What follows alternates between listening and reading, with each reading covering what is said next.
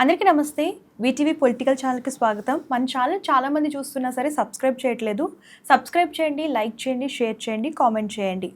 So మనతో doctor Nandimandalam Venugopal గారు ఉన్నారు. AICC national coordinator, OBC, Karnataka state incharge sir.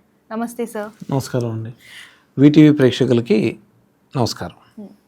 Sir, ఇప్పుడు ప్రెజెంట్ హాట్ టాపిక్ ఏంటంటే ఎమ్మెల్సీ మల్లన్న కొత్త పార్టీని అనౌన్స్ చేయడం. సో ఇది హల్చల్ చేస్తుంది.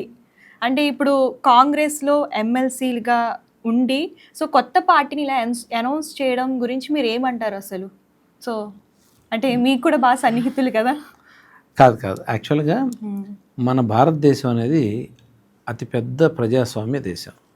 ఈ ప్రజాస్వామ్య దేశంలో ప్రజలు ఓటు హక్కు ఎంత ఇంపార్టెంటో వాళ్ళందరూ భావ వ్యక్తీకరణ కూడా అంతే ఇంపార్టెంట్. వాళ్ళకి భావ వ్యక్తీకరణ అనేది మీరు మామూలుగా చేయొచ్చు, ఒక పార్టీని పెట్టి ఆ పార్టీ ద్వారా కూడా ఎన్నికలకు వెళ్ళచ్చు. సో ప్రతి ఒక్కరికి, భారతీయ పౌరులకి ఆ హక్కు రాజ్యాంగం కల్పించబడింది. అలాగే మన తీన్మార్ మల్లన్న గారు కూడా అతను బీసీల కోసం అని చెప్పి పార్టీ పెట్టడం జరిగింది. అయితే అసలు ఒకప్పుడు కాంగ్రెస్ అంటే ఇందిరమ్మ రాజ్యం, ఎస్సీ ఎస్టీలకి అత్యంత సన్నిహితంగా ఉన్న పార్టీ. రాహుల్ గాంధీ గారు ఎప్పుడైతే యాత్ర చేశారో, జోడయాత్ర, న్యాయయాత్ర, వాటిల నుంచి ఆయన రాహుల్ గాంధీ గారు ఒక స్లోగన్ ఎత్తుకున్నారు. అది బీసీ.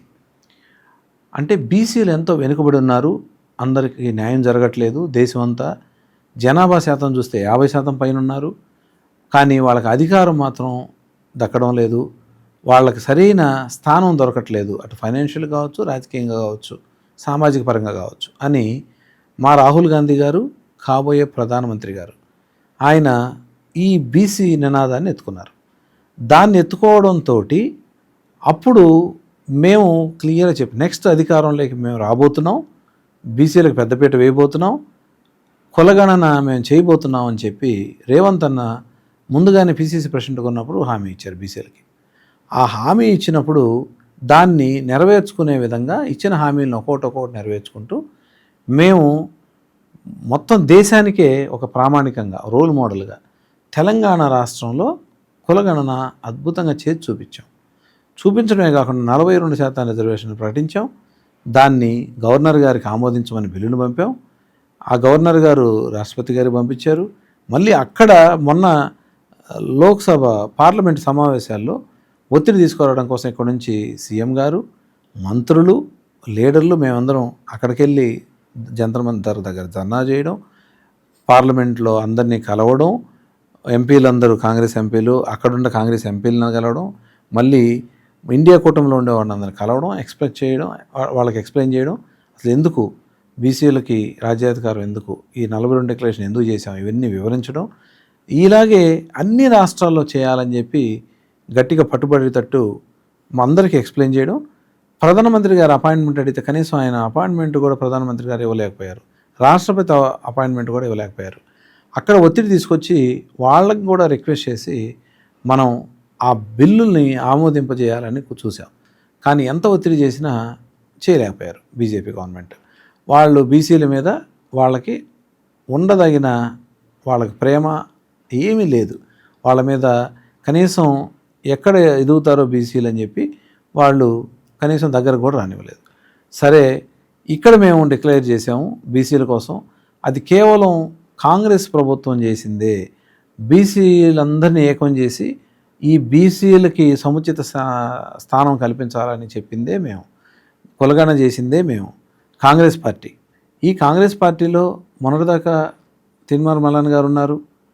తర్వాత ఆయన వ్యాఖ్యలతోటి ఆయన అదే సస్పెండ్ చేయడం, తర్వాత ఆయన ఎమ్మెల్సీగా ఇంకా ఉన్నారు, నాకు తెలిసి ఇప్పటి వరకు రిజైన్ చేసినట్లేదు.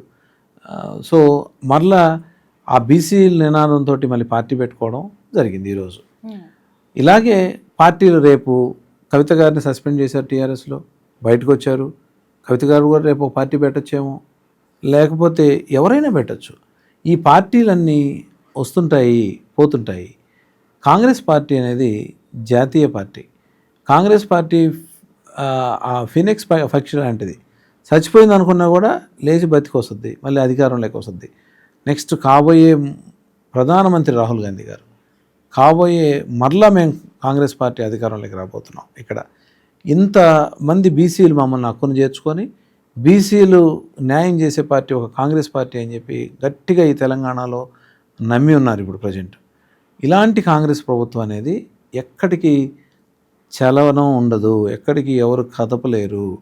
ఎన్నొచ్చినా మాది ఇంకా గట్టిగా అవుతుంటుంది. మా పార్టీ ఓట్లు కొన్ని ఏమన్నా వేరే పార్టీ నుంచి చెల్లొచ్చేమో కానీ కాంగ్రెస్కి ఇప్పుడు సంఘటితంగా ప్రతి ఒక్క బీసీ నాయకులు, బీసీ ఓటర్లు మాతోనే ఉన్నారు. కాబట్టి మీరు అలాంటి ఏం సందేహం అవసరం లేదు. మా కాంగ్రెస్ పార్టీకి ఎలాంటి ఇబ్బంది లేదు.